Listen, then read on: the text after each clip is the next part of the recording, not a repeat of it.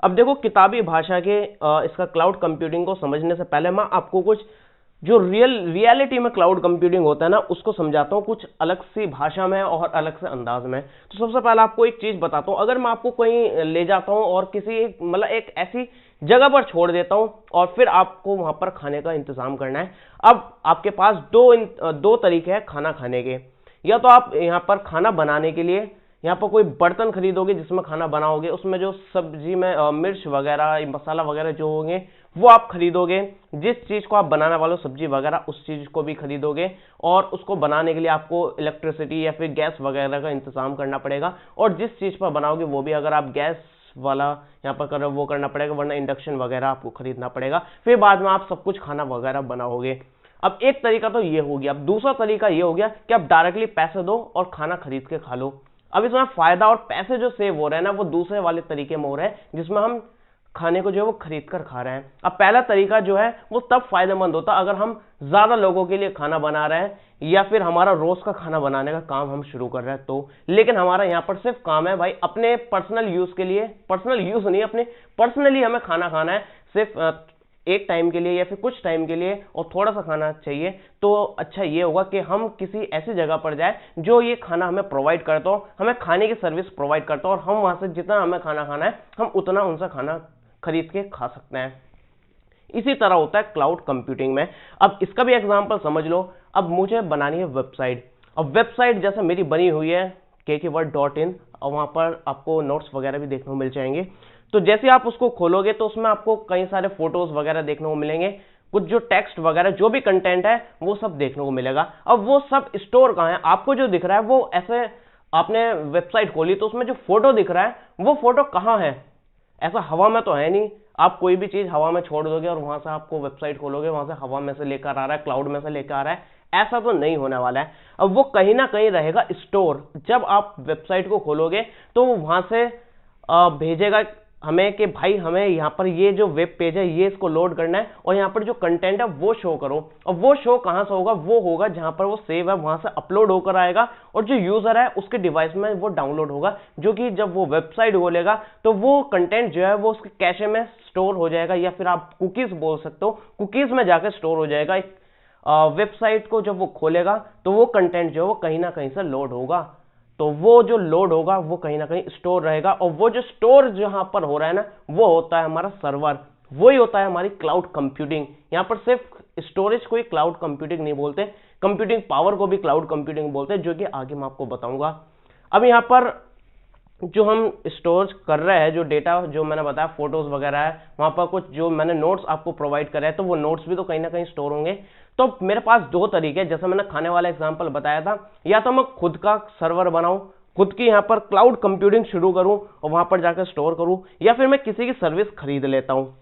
अब देखो किसी की सर्विस खरीदने में हमारा फायदा होने वाला है बल्कि खुद से बनाने के लिए। अब अगर मैं मान लो खुद से बनाता हूँ, खुद स्टोर करने के लिए उस डेटा को जो भी इंफॉर्मेशन है, हमारी टेक्स्ट है, फोटोज है, नोट्स वगैरह जो भी मैंने स्टोर कर रखे हैं, वो मैं अगर अपने कंप्यूटर को एज अ सर्वर यूज करूं, उसको होस्टिंग जो है वो मैं खुद से तैयार करूं, तो उसके लिए काफी ज्यादा खर्चा होने वाला है। सबसे पहली बात तो है हमारा जो सिस्टम है वो फास्ट होना चाहिए। मैं भाई हाई स्पीड वाली एसएसडी लगा लूं, एनवीएमई वाली एसएसडी, M.2 स्लॉट वाली एसएसडी लगा लूं और साथ में अपने प्रोसेसिंग पावर के लिए प्रोसेसर काफी तगड़ा लगा लूं, जीपीयू काफी मस्त और बढ़िया से लगा लूं, उसमें पीएसयू जो यूज हो रहा है मैं सिस्टम में, पावर सप्लाई यूनिट वो बढ़िया लगा लूं, पूरा सिस्टम अच्छा और बड़ा सा बना लिया, मतलब खर्चा कर दिया मैंने सिस्टम बनाने में। अभी बात खत्म नहीं हुई। अब आपने मेरी वेबसाइट को खोला रात को और रात में मेरा कंप्यूटर पड़ा है बंद।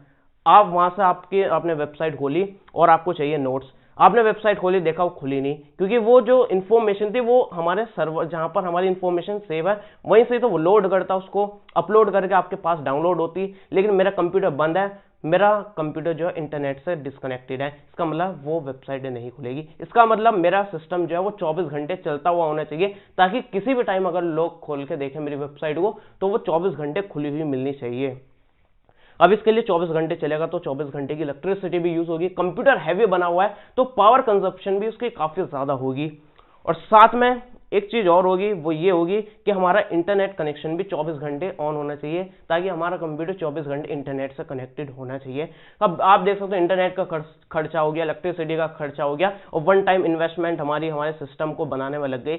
इसका मतलब काफी ज्यादा खर्चा हो गया, जैसे हमारा खाना बनाने में होता है ना शुरू के एग्जाम्पल में, तो इसी तरह इसमें भी हो गया खर्चा। अब दूसरा तरीका है कि मैं बने बनाए सर्वर जो है वो यहाँ पर ले लूँ, क्योंकि भाई काफी सारी कंपनीज है जो हमें होस्टिंग वगैरह प्रोवाइड करती है, क्लाउड कंप्यूटिंग जो है वो ऑफर करती है, जो कि उनका भाई काम है काफी सारे लोगों को देना। वो 1 लाख करोड़ पता नहीं कितने लोगों को वो सर्विस प्रोवाइड करते हैं, तो उनका जो वो खर्चा जो वो मैनेज हो जाता है, बल्कि वो प्रॉफिट कमा लेते हैं, क्योंकि हम उनको पैसा देते हैं पे पर यूज मॉडल पर। मतलब जितना हम यूज करते हैं उतना हमको पे करना पड़ता है। इसका मतलब हमारा फायदा होने वाला है किसी से सर्विस लेने के लिए। अब सर्विस जो है वो काफी सारे लोग हमें प्रोवाइड करते हैं। अब जैसे इसका मैं यूनिट का यहां पर वो दिखा रहा हूं, जैसे इसमें ये था क्लाउड कंप्यूटिंग के बारे में पढ़ेंगे। अब जो हमें जो सर्विस प्रोवाइड करते हैं ना, वही ये यहाँ पर इसमें 4 टॉपिक दे रखे हैं। ये AWS हमें Amazon देता है, Amazon वेब सर्विस, गूगल भी प्रोवाइड करता है, माइक्रोसॉफ्ट भी प्रोवाइड करता है, और IBM भी प्रोवाइड करता है। तो अब आप इस यूनिट के जो पॉइंट्स है, इसके पॉइंट्स है वो आप समझ गए होंगे। तो सबसे पहले हमें पढ़ना होगा क्लाउड कंप्यूटिंग, और ये जो चारों वेंडर्स है इनके बारे में पढ़ना होगा। अब मेरे ख्याल से यार क्लाउड कंप्यूटिंग जो है वो आपको काफी अच्छे तरीके से समझ में आ गई होगी, आखिर रियलिटी में क्लाउड कंप्यूटिंग होता क्या है। अब एक और चीज और आपको एग्जांपल से समझाता हूं। जैसा इंस्टाग्राम है, आपने इंस्टाग्राम पे पोस्ट या फिर स्टोरी डाली है। अब आपने पोस्ट या फिर स्टोरी डाल के अपने फोन में से कर दी डिलीट। अब कोई 1 साल बाद कोई बंदा आपकी मान लो कोई स्टॉकर है, आपकी इंस्टाग्राम को स्टॉक कर रहा है, मतलब देख रहा है, तो आपकी इंस्टाग्राम प्रोफाइल खोली, उसने देखे भाई पुराने फोटोज। और वो पुराने फोटोज जो है वो जैसे वो खोलेगा तो वो पहले ब्लर सा रहता है, फिर वो लोड होता है, मतलब कंप्लीटली उसके फोन में वो इंटरनली सेव हो जाता है, कैशे में स्टोर हो जाता है, और वो उसको देख सकता है। अब आपने तो अपने फोन से वो फोटोज काफी टाइम पहले डिलीट कर दी थी, लेकिन वो कहीं ना कहीं से तो लोड हो रही है। इसका मतलब जब आपने अपने फोन में से, जैसे कि ये आपका फोन है, फोन यार कैसा बना रहा हूं मैं, तिरछा बन गया, लेटा हुआ फोन है ये हमारा, इसमें आपका फोटो था, आपने 1 साल पहले जो वो इंस्टाग्राम पर अपलोड करा था, ये रहा इंस्टाग्राम। तो यहाँ पर इंस्टाग्राम पर जब आपने अपलोड करा था ना, तो वो डायरेक्टली यहाँ पर इंस्टाग्राम पर अपलोड करने का मतलब है कि आपने जब वो इंस्टाग्राम पर पोस्ट डाली तो उसके बीच में जो है इंस्टाग्राम का सर्वर था। तो जब आपने फोटो डाली ना, तो यहाँ से आपने अपनी तरफ से अपलोड कर दी, और फिर वो इंस्टाग्राम के सर्वर पर जाकर डाउनलोड होगी, और उसने कर ली सेव। मतलब उनका जो है वो डिवाइस लगा हुआ था, यहाँ पर स्टोरेज थी, उन्होंने अपनी स्टोरेज में जाकर सेव कर लिया है। अब आप अपने फोन में से उसको डिलीट करो या फिर ना करो, उसका फर्क नहीं पड़ता, क्योंकि अब वो फोटो जो हो गई है वो सर्वर पर सेव हो चुके हैं इंस्टाग्राम के। अब यहाँ पर इंस्टाग्राम पे जो भी पोस्ट दिखेगी वो इंस्टाग्राम के सर्वर से आपको दिखेगी। कोई दूसरा बंदा देखेगा तो वो यहाँ पर इंस्टाग्राम के सर्वर से जाकर आपकी प्रोफाइल पर दिखती है। तो इस तरह से क्लाउड कंप्यूटिंग है। बेसिकली हो क्या रहा है, आप जो फोटोज वगैरह शेयर कर रहे हो वो आप किसी थर्ड पार्टी के सर्वर का यूज करके यहाँ पर शो करा रहे हो, मतलब दूसरे का कंप्यूटर यूज कर रहे हो अपने डेटा को स्टोर करने के लिए। तो इस तरह से कुछ क्लाउड कंप्यूटिंग काम करती है। अब देखो यहाँ पर किताबी भाषा की डेफिनेशन देख लो जो कि आप लिखोगे, और यही आपको काफी इजी तरीके से मैंने इसकी डेफिनेशन को लिखा है। अब डेफिनेशन आप देखोगे तो काफी सही तरीके से आपको समझ में भी आ जाएगी। हाँ, तो अभी आप देखोगे cloud computing is the on demand availability of computer system resources.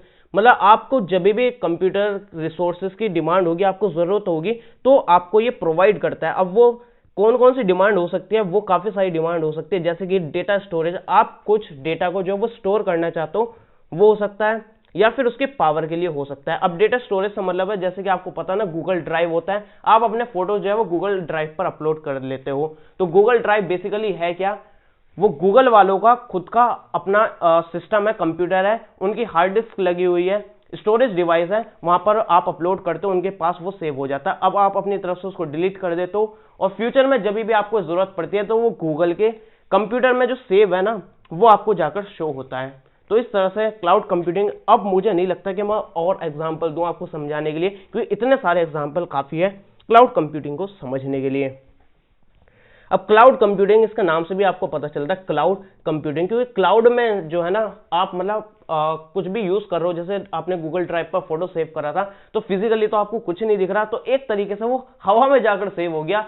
आपको मतलब नाम से ऐसा लग रहा है हवा में, लेकिन होता असलियत में वो फिजिकल ड्राइव में जाकर ही स्टोर होता है। लेकिन इस तरह से नाम से समझ सकते हो, क्लाउड और कंप्यूटिंग जो हवा में, क्लाउड में जो है वो आपका कंप्यूटर चल रहा है, लेकिन ऐसा होता नहीं है। तो इसकी डेफिनेशन आप देख सकते हो और लिख सकते हो। अब क्लाउड कंप्यूटिंग की क्लासिफिकेशन क्या है, मतलब उसको किस तरह से हम कैटेगराइज कर सकते हैं। तो कैटेगराइज करने का कोई बेस भी होना चाहिए, तो हम यहाँ पर दो बेसिस पर इसका क्लासिफिकेशन कर रहे हैं। अब एक बेस तो हो गया लोकेशन की बेस पर, मतलब किस जगह वो जो हमने बताया ना कंप्यूटर या फिर सर्वर पर जाकर अपलोड होता है, वो सर्वर या फिर कंप्यूटर कहाँ पर स्टोर है या फिर कौन सा है, उसके बेस पर करेंगे। दूसरा है सर्विस, किस तरह की सर्विस हमें प्रोवाइड कर रहा है उसके बेस पर। तो सबसे पहले देखते हैं और यहाँ पर लोकेशन के हिसाब से। तो लोकेशन के हिसाब से जो होता है ना सिस्टम, उसको कई तरीके से बोल सकते हैं। तो यहाँ पर मैंने वो तरीके भी लिख दिए हैं, जैसे कि लोकेशन के हिसाब से जो यहाँ पर स्टोर होता है, तो उसको हम क्लाउड डिप्लॉयमेंट मॉडल भी बोलते हैं। तो इस तरह के जो अलग अलग नाम से भी अगर आ जाता है तो भी मैंने वो नाम यहाँ पर इंक्लूड कर दिया, उसको अंडरलाइन भी कर दिया है। अगर सर्विस के हिसाब से है तो क्लाउड कंप्यूटिंग सर्विस के हिसाब से हो गया, और इसी का ही दूसरा नाम होता है क्लाउड कंप्यूटिंग स्टैक्स। तो इस तरह से मैंने इसको भी लिख दिया है। तो अब लोकेशन के हिसाब से ना चार तरीके के हो सकते हैं, बेसिकली तीन तरीके ही होते हैं, लेकिन चौथा भी कहीं ना कहीं हो ही जाता है, तो इसको भी मैंने लिख दिया है। अब एक हो गया पब्लिक क्लाउड। पब्लिक क्लाउड मतलब हम थर्ड पार्टी वेंडर से जो है वो सर्विस को ले रहा है, जैसे कि मैंने बताया था ना, हम दूसरे से वो सर्विस ले रहे हैं, तो वो ये वही है। और ये जो इसकी लोकेशन होगी वो वही लोकेशन होगी जो हमें क्लाउड कंप्यूटिंग कंपनी जो है वो ऑफर कर रही है। मतलब हमने AWS से ये सर्विस ली, तो AWS की जो भी लोकेशन होगी वो वहां पर उसका जो सर्वर है वहां पर लोकेट होगा, उसका कंप्यूटर इंफ्रास्ट्रक्चर जो है वो वहां पर होगा। अभी आगे के देखोगे तो आप समझ में आ जाएगा। और कोई भी बिजनेस वगैरह जो है वो पे पर यूज मॉडल के हिसाब से उसको ले सकते हैं। पे पर यूज मॉडल मैं आपको बता चुका हूं शुरू में ही कि जितना आप यूज करोगे सिर्फ उतना ही आप पे करोगे, जितना आप खाना खाओगे उतना ही तो पे करोगे। जो मैंने शुरू में एग्जांपल बताया था ना, वो बिल्कुल इससे मैच कर रहा है। जितना आप खाना खाओगे उतना ही आपको पे करना पड़ेगा। इसी तरह जितना इनकी सर्विस को यूज करना है, जितना टाइम हो या फिर जितना ज्यादा रिसोर्सेज यूज करना है आपको उतना ही पे करना पड़ता है। और प्राइवेट क्लाउड हो गया खुद का होस्टिंग या फिर अपनी खुद की कंप्यूटिंग इंफ्रास्ट्रक्चर को तैयार करना। जैसे मैंने शुरू में एग्जांपल में बताया, मैं अपना खुद के कंप्यूटर को एज अ सर्वर यूज कर सकता हूं, तो वो हो गया हमारा प्राइवेट वाला। और प्राइवेट वाला काफी सिक्योर भी होता है, क्योंकि हमारा खुद का कंप्यूटर है, तो उसमें कुछ भी कोई हैकर वगैरह हैक नहीं कर सकता है, और काफी ज्यादा कंट्रोल्स वगैरह होता है हमारे हाथ पर, और काफी सेफ और सिक्योर भी होता है। और तीसरा होता है हाइब्रिड क्लाउड। हाइब्रिड से समझ गए, हाइब्रिड होता है किसी चीज का कॉम्बिनेशन। तो हमारा हो गया प्राइवेट और पब्लिक, इन दोनों के कॉम्बिनेशन को हाइब्रिड क्लाउड बोलते हैं। अब इसका हम कैसे यूज कर सकते हैं, जो भी हमारी कोई कुछ पर्सनल इंफॉर्मेशन है या फिर कुछ इस तरह की इंफॉर्मेशन है जो किसी के साथ हम शेयर नहीं करना चाहते हैं, और उसको जो है वो हम प्राइवेट क्लाउड पर सेव कर देंगे। और कुछ जो बाकी डेटा है जो कि पब्लिकली यहाँ पर शेयर हम कर रहे हैं, तो उसको हम जो है वो पब्लिक क्लाउड पर सेव कर देंगे। पर्सनल डेटा जो है वो अपने खुद के प्राइवेट क्लाउड पर सेव करेंगे, और बाकी डेटा पब्लिक क्लाउड पर सेव कर देंगे। अब इससे फायदा क्या होगा, हमें सब कुछ जो है अपना प्राइवेट क्लाउड नहीं बनाना पड़ेगा सब कुछ सेव करने के लिए, क्योंकि उसमें ज़्यादा खर्चा होता है। जो बाकी इन्फॉर्मेशन है वो हमने पब्लिक में डाल दी है। अब इसी तरह आता है कम्युनिटी क्लाउड। तो कम्युनिटी क्लाउड क्या हो गया, हमारा एक क्लाउड हो गया जिसमें जो है अलग अलग ऑर्गेनाइजेशन जो है वो अपने क्लाउड को जो है वो शेयर कर सकते हैं।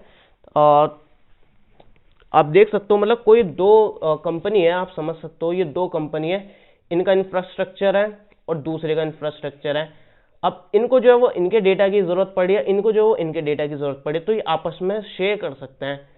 तो बेसिकली अगर आपको 3 लिखने को ये इसका लोकेशन के बेस पर आता है तो आप 3 भी लिख सकते हैं। फोर्थ जो मैंने थोड़ा एक्स्ट्रा टाइप लिख दिया था, तो आप इसको भी समझ सकते हैं। अब दूसरे टाइप का जो है वो है सर्विस के अकॉर्डिंग। पहले यहाँ पर सर्विस के अकॉर्डिंग जो वो 4 तरह के क्लासिफिकेशन होते हैं।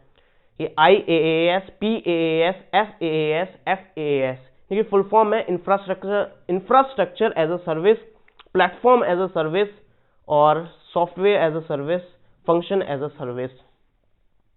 अब इंफ्रास्ट्रक्चर एज अ सर्विस, तो इस तरह के हम इसके टाइप होता है क्लाउड कंप्यूटिंग का जिसमें हमें जो है इंफ्रास्ट्रक्चर जो है वो हमें रेंट पर देखने को मिलता है। इंफ्रास्ट्रक्चर से मतलब है क्लाउड कंप्यूटिंग का हम उस किस पर्पस के लिए यहाँ पर रेंट ले रहे हैं उससे हमारा ये मतलब है।